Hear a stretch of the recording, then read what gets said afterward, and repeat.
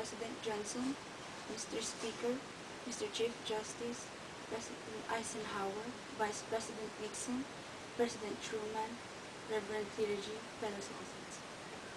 We observe today not a victory party, but a celebration of freedom, symbolizing an end as well as the beginning, signifying renewal as well as the change. For I have sworn before you, the Almighty God, the same solemn oath of forebears, prescribed nearly a century of 3/4 ago. The world is very different now, for man holds his mortal hands and power to abolish all forms of human power and all forms of human life. And yet the same revolutionary belief for which our forebears fought are still at issue around the globe. The belief that the right to command came not from Jerusalem the state, but from the hand of God. We dare not forget today that we are like heirs of the first revolution. Let the word go forth from this time and place, to friend and foe alike, that the torch has been passed to a new generation of Americans.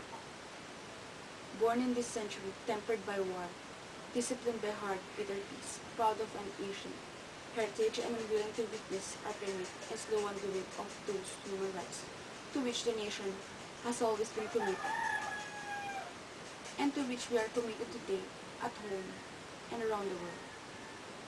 Let every nation know, whether it wishes us or well or ill, that we shall pay more any price, bear any burden, meet any hardship, support any friend, oppose any foe, and observe to assure the survival and success of the good. This much we pledge and more. To those old allies, of culturally especially older origins for share, we pledge the loyalty and faithful friends. United, there is a little we can do. It is a wholesome cooperative venture. Divided, there is a little we can do, for we dare not to meet a powerful challenge. Odds and split a surrender. To those new states whom we welcome to ranks to the free, we pledge our word, one form of colonial control that shall have passed away merely to be replaced by a far more iron tyranny. We shall not always expect to find them supporting our view, but we shall always hope to find them strongly supporting their own freedom. And remember that in the past, those who foolishly sought power by riding the back of the tiger ended up inside. To those peoples in the thoughts and villages across the globe, struggling to break the bonds of misery, we pledge our best efforts to help themselves for weather periods is required. Not because the communists may be doing it, not because we seek their votes, but it is the right. It is a free society cannot help the many who are poor.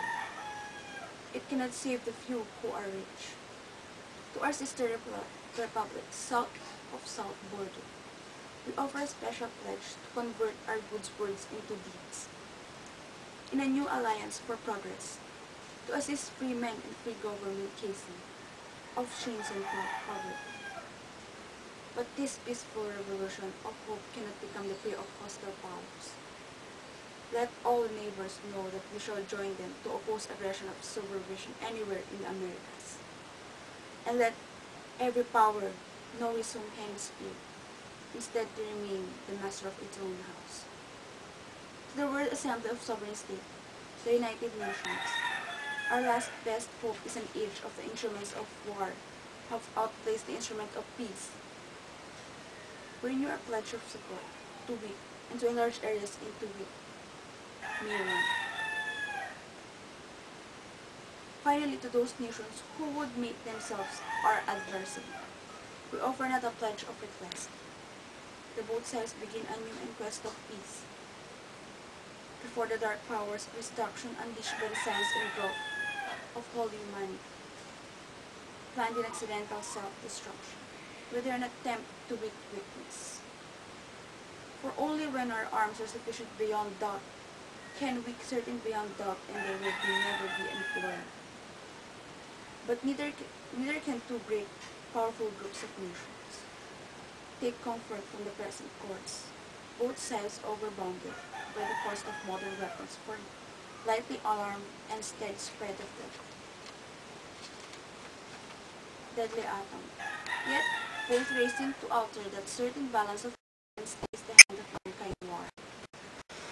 So let us begin anew, remembering on both sides that civility is not a sign of weakness, and sincerity is always a subject of truth. Let us never negotiate out of fear, but let us never fear to negotiate. Let us both sides explore the what common instead of the laboring those problems which divide us. Let us both sides for the first formulate seriously precise proposals for the inspection and control of arms, and bring the absolute power to destroy our nations under the absolute control of all nations.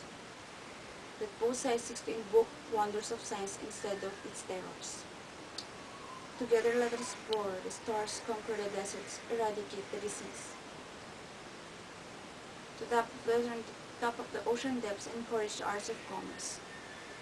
Let both sides unite to help in the corners of the earth and command Isaiah to undo the heavy earth burdens and to let the oppressed go free.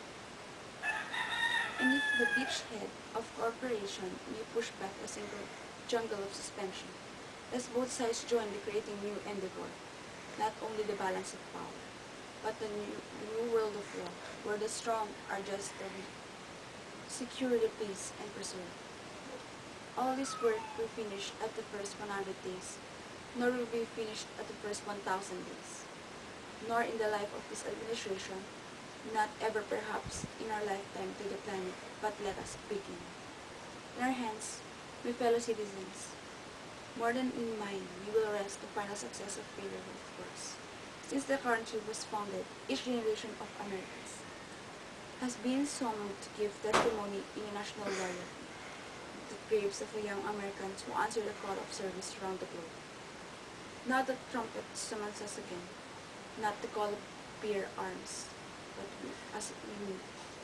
Not call to the battle through the embattled we are, but the call to bear burden through long twilight struggle. Year in, year out, rejoicing in hope, patience, and tribulation. A struggle against the common enemies of man, tyranny, poverty, disease, and war itself. Can we forge against the enemies and God of the alliance, north and south, east and west? It can assure a more fruitful life for all mankind. Will you join in the historic effort? In the long history of the world, only a few generals have been granted the role of defending freedom. In this hard maximum danger, I do not shrink from the responsibility. I welcome it. I do not believe in any of us would change places within any people or any generation. The energy, the faith, the devotion that we bring in this endeavor will light us our path, and all who is serve it and glow from the first and truly light of the world. And so, my fellow Americans, ask not what the century can do for you. Ask what you can do for your country.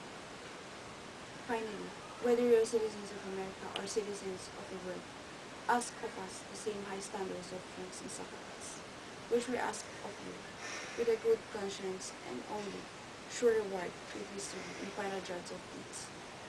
Let us go forth and lead love and land, asking His blessings in His life, but knowing that here on earth God's work must truly be our own.